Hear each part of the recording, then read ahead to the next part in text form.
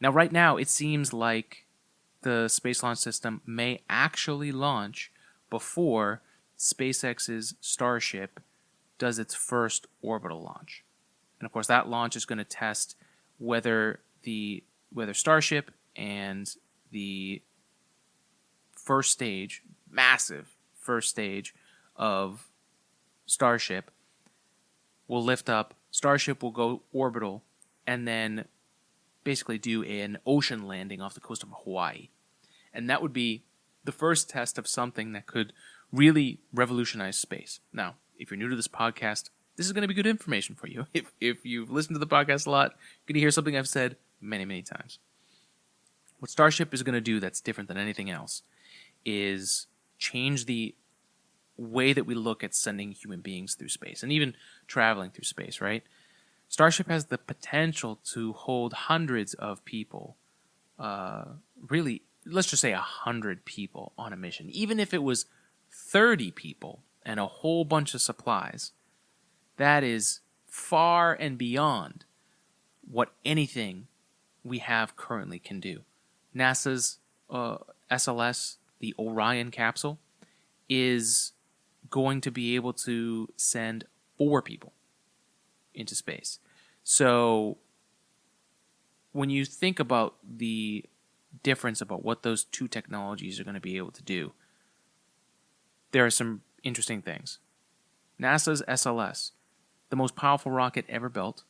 So one of the limitations, like the Falcon 9 that SpaceX has, is not going to be able to do what the Space Launch System can do.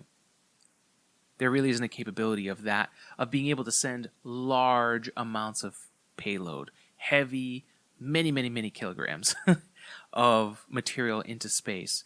The SLS will be able to do that. But what the Falcon 9 is doing is it's giving payloads, satellites, anything that wants to go into low Earth orbit has the ability to do so with the Falcon 9 at a price that's never been done before. What Starship is able to do is revolutionize how we're able to travel the solar system.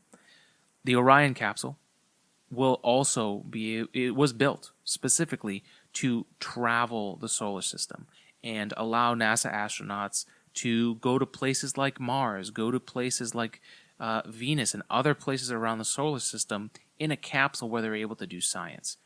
Now, one of the big things that NASA wants to do to help sustain that long-term ability of us to stay in space is to build something called the Gateway, which will be set up at the moon, basically another space station, and they'll be able to dock from there and land on the moon and come back, and that helps us set up like a highway, right, in space, where we have a place to dock, we have a place to refuel and check out systems and prepare for the next thing, and really go about things more safely than we really do, especially like with Apollo 11, right?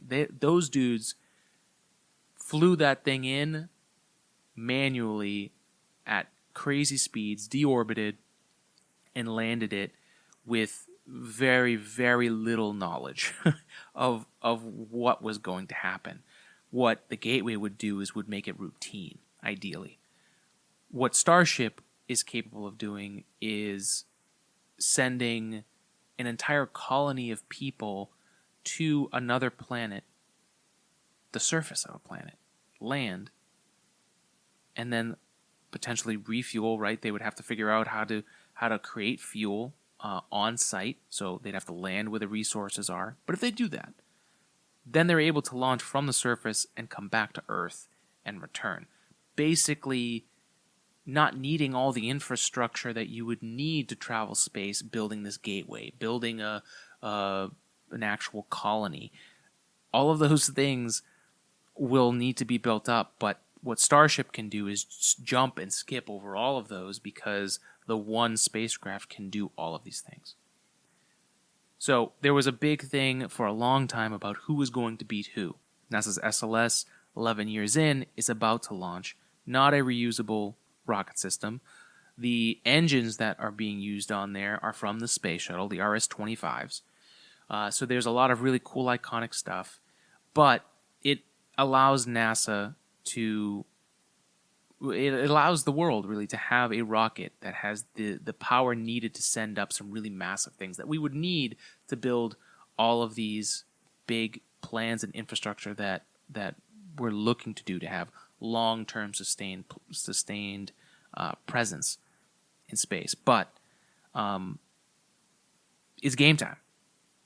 It's game time. We're getting real close. I'm getting super excited, and I've reached out to a bunch of you, and I want you guys to reach out to me if you're able to go down to Florida and visit, because I'm going to try and set up some kind of meetup and see as many people as I can. I know I'll be setting up and checking out the locations like in Playa Linda and places where we'll be able to launch the weekend before on that Monday, August 29th.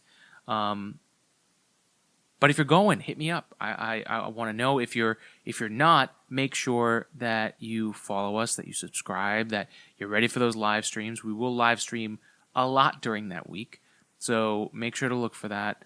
Follow us at Today in Space Pod on Instagram, Today in Space on TikTok, Today in Space Podcast on Facebook, and of course you can email us at todayinspacepodcast@gmail.com. And what this whole episode is to set up is, what questions do you have for this kind of next stage of where we're going with things? What excites you about NASA's SLS and Orion and the return to the moon? Do you think that's a great idea? Do you think that's not the right way to do it? What would you Would you go to the moon if this was a regular thing? If they were regular, like a plane flight, if you could buy a plane ticket to the moon, would you do it?